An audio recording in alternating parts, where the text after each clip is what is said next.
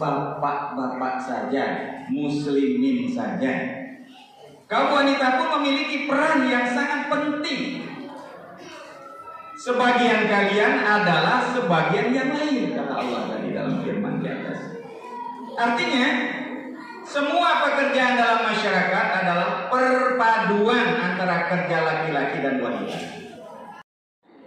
Laki-laki dan wanita di hadapan Allah Subhanahu wa ta'ala kedudukannya sama. Tidak ada kelebihan yang satu dari yang lain tentang penilaian iman dan amalnya. Inilah pandangan Islam terhadap kaum wanita. Sebelum Islam datang, kaum wanita dalam keadaan teraniaya, tidak berharga, dihina dan diperbudak. Ini terjadi pada semua bangsa di dunia. Dan hal itu dibenarkan oleh hukum dan undang-undang bangsa tersebut. Bahkan menurut agama Yahudi dan Nasrani sekalipun. Allah Subhanahu wa ta'ala menggambarkan bagaimana reaksi orang-orang Arab ketika istrinya melahirkan bayi-bayi wanita. Dalam firman-Nya, A'udzu billahi minasyaitonir rajim.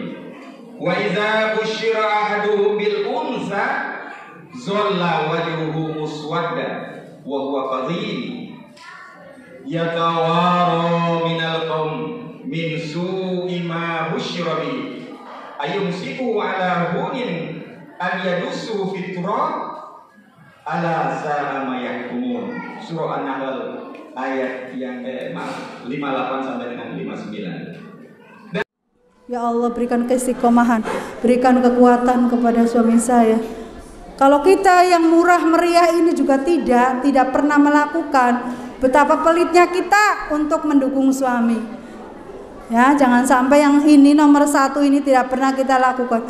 Ya bisanya ini sampaikan, bisanya ini lakukan. Ya, jangan sampai tidak. Kemudian istiqomah terus menerus di dalam kebaikan. Tadi yang sudah ikut melibatkan diri di alam jamaah, mensupport, mendorong suami, memberikan bantuan-bantuan perbekalan, bahkan memberikan bantuan materi, sangat mungkin. Buktinya siapa? Siti Khadijah.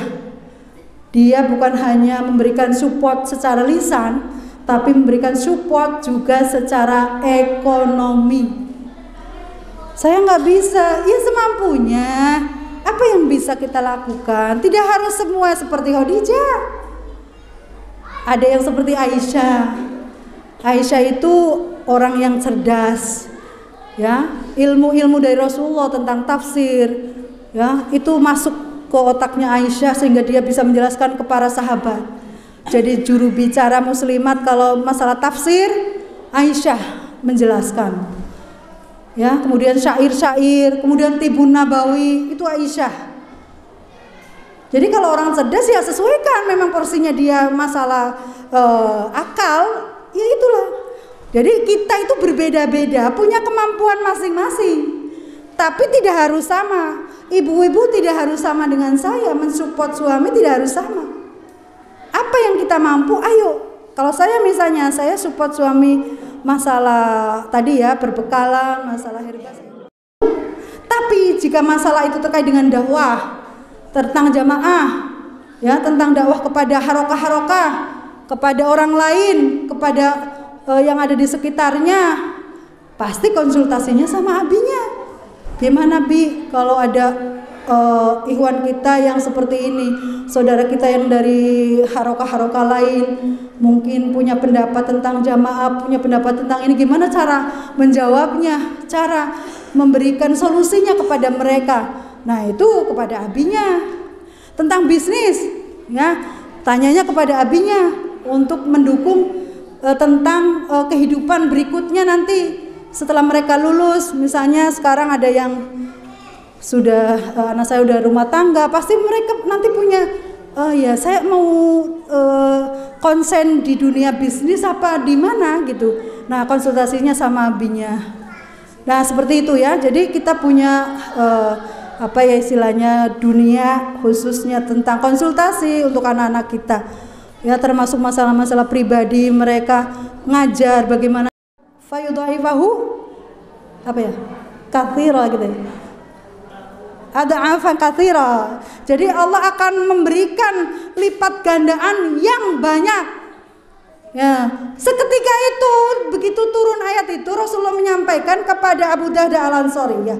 Wahai Abu Darda, saya mendapatkan wahyu, barang siapa yang meminjamkan bla bla bla sampai akhir, Allah akan menggantikan dengan yang banyak. Ya Rasulullah, saya akan dermakan, saya akan infakkan kebun ini, kebun yang saya cintai kepada Allah dan Rasulnya. Masya Allah. Itu disampaikan kepada Rasulullah SAW. Kemudian ini istrinya sekarang, peran istrinya. Seketika itu kemudian datang kepada istrinya, wahai istriku, kebun ini telah kita sedekahkan untuk Allah dan Rasulnya. Ayo kita pergi dari tempat ini. Sedang panen lebat, ya. Kemudian apa peran istrinya di situ? Wahai anakku, putranya tercinta sedang mengunyah kurma. Wahai anakku, ini kebun sudah disedekahkan kepada Allah dan Rasulnya. Kita tidak pantas untuk memakannya. Anak-anak, keluarkan apa yang sudah ada di mulutmu. Dikeluarkan, bukan ditelan. Tanggung nak, telan aja nak. Satu potret keluarga yang mencintai Allah dan Rasulnya. Bukan hanya suaminya ke istrinya. Istrinya juga tidak main-main. Akang kok nggak musyawarah dulu sih Kang? Coba tadi saya nggak setuju Kang. Itu kan kalau kita, Akang mestinya tuh musyawarah dulu, jangan apa-apa mutusin sendiri. Loh, itu harta siapa? Harta suaminya. Kita yang protes, ya. Ini hanya menunjukkan betapa ketika seruan Allah datang, itu tidak serta-merta kemudian kita banyak berpikir, Bismillah, Allah akan menggantikan yang banyak lagi. Tadi ayatnya jelas. Masya Allah, luar biasa. Ini satu pelajaran yang berharga. Keluarga-keluarga yang cinta kepada Allah, begitu dapat seruan Allah langsung tanpa babi bu. Ntar ya Rasul, saya mau musyawarah dulu. Musyawarah ditungguin seminggu, 2 minggu, 3 minggu, akhirnya enggak, malah menolak. Itu kan kalau kita, Imam saya mau musyawarah dulu, wali saya mau musyawarah dulu sama keluarga. Ditunggu sehari, 2 hari, 3 hari, 4, seminggu, 2 minggu. Setelah musyawarah, setelah kami putuskan, kami tidak setuju, loh, kami tidak setuju akhirnya. Nah, ini pelajaran yang berharga sekali dari kisah Abu Darda Al-Ansari dan sekeluarganya. Barangkali itu saja yang bisa kami sampaikan, pelajaran-pelajaran yang kita dapatkan, apa yang mesti kita perbuat kalau kita mendapatkan amanah, bagaimana